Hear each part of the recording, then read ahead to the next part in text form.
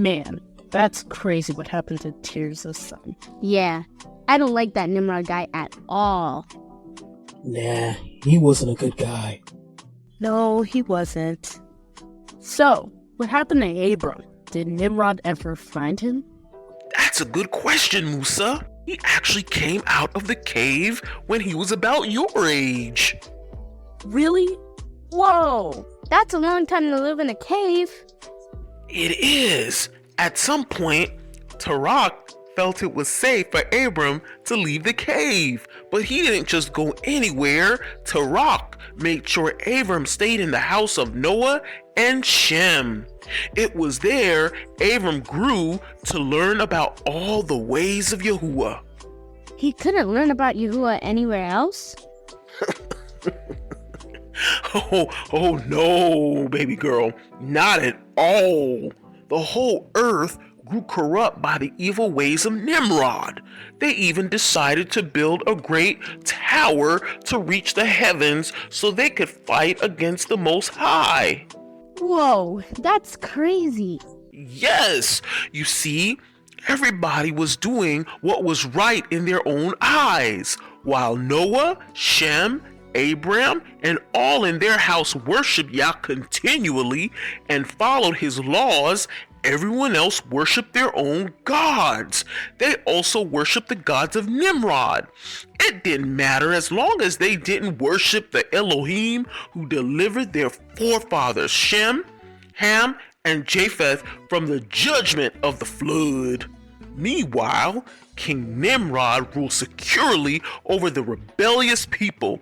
The entire earth was under his control.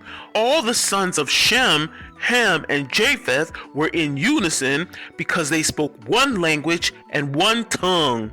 One day, the princes of Nimrod, the families of Put, Cush, Egypt, and Canaan approached the king with an idea to prevent a devastation like the flood from ever occurring again.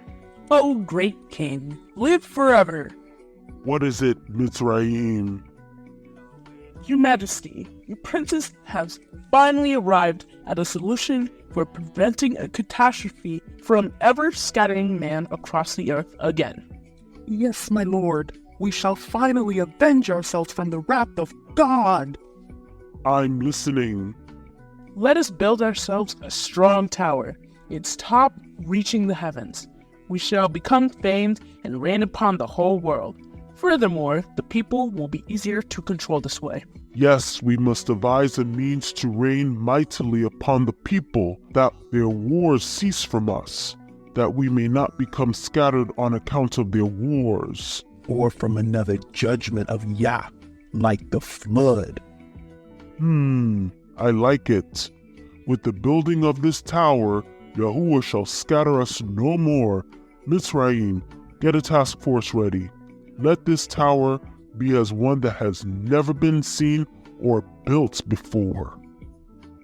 And so the men set off, about 600,000 of them, to find a suitable place to build this massive tower. They began to make bricks from fire, large bricks of stone, which they produced by the millions. They worked steadily, mounting brick after brick, until the tower reached an exceeding height.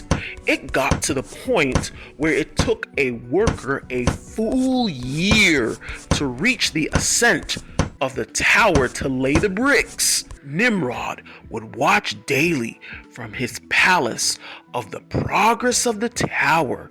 He and his men were driven by a strong rebellious spirit against Yahuwah by building this tower. While his princess sought to unite the sons of Noah through the tower, Nimrod's ultimate desire was to defy Yahuwah from destroying mankind through another flood. He said in his heart, I would be revenged of Yah if he should have a mind to drown the world again. So I shall build a tower too high for the waters to be able to reach, and that I would avenge myself of Yah for destroying my forefathers. 43 years later, the tower was almost 2 miles high, and it had a 3 days walk circumference. It was very big, but there was no end in sight. Nimrod's men were still building the tower, and their hearts hardened against Yahuwah continually. They imagined to war against Yahuwah from their tower, and thus began to boast against Yahuwah, saying, We will ascend to heaven and fight against him. We will ascend to heaven and place our own gods there and serve them. We will ascend into heaven and smite him with bows and spears. And Yahuwah knew their evil thoughts, and this thing grieved Yahuwah greatly. And it came to pass, when they were building, they cast their arrows towards the heavens, and all the arrows came back down upon them, piercing them and killing them. And this happened daily for many, many days. Many men perished from dangerous falls while building the tower, while a great number also perished attempting to fight Yah with bows and spears. What? Bows and spears? Don't they know their hands are too short to box with Yama? Well, when you're filled with so much rebellion, it begins to blind you. You would think those men were able to see the high death toll as a sign to stop building this abomination, but rebellion blinded those men from the truth, staring right at them. So did they all die? Not at all. Many died, but Yahuwah knew he needed to scatter the earth as it was before the flood. So he consulted with the host of heaven and said, Behold, the people are one, and they all have the same language.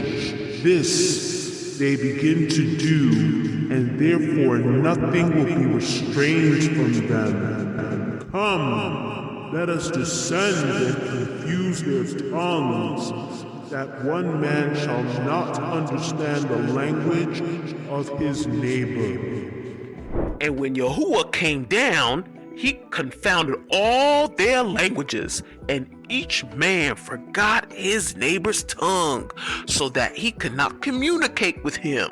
It was then that they ceased building the tower, and it was for this reason the tower is called Babel.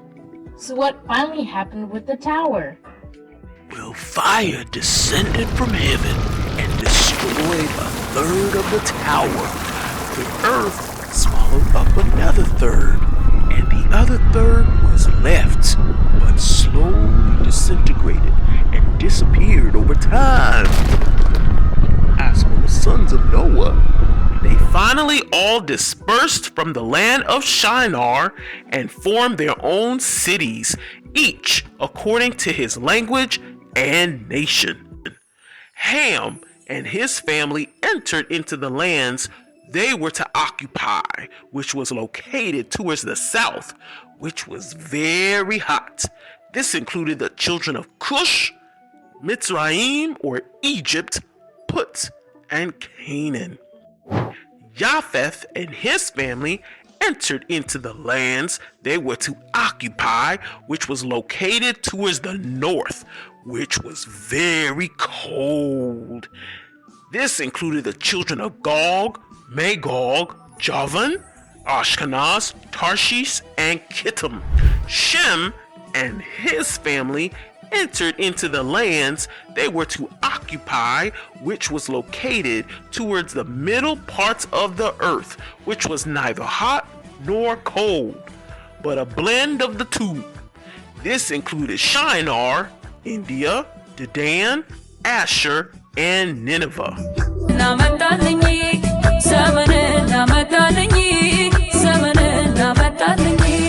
Zamane